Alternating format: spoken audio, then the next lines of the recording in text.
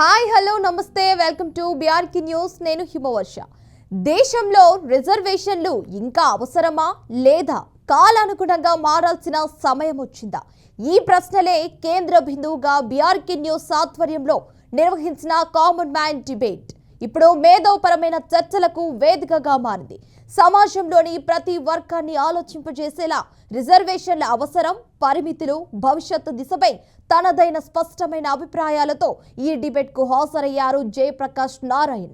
Loksatta party వ్యవస్థాపక అధ్యక్షుడిగా పరిపాలన సంస్కరణల పట్ల ఎప్పటికప్పుడు సూటిగా మాట్లాడే నేతగా ఆయనకు పేరుంది. అయితే బిఆర్కి news channel chairman Bolla Ramakrishna Jayaprakash Narayan శాలువా బొకేలతో ఘనంగా సత్కరించారు.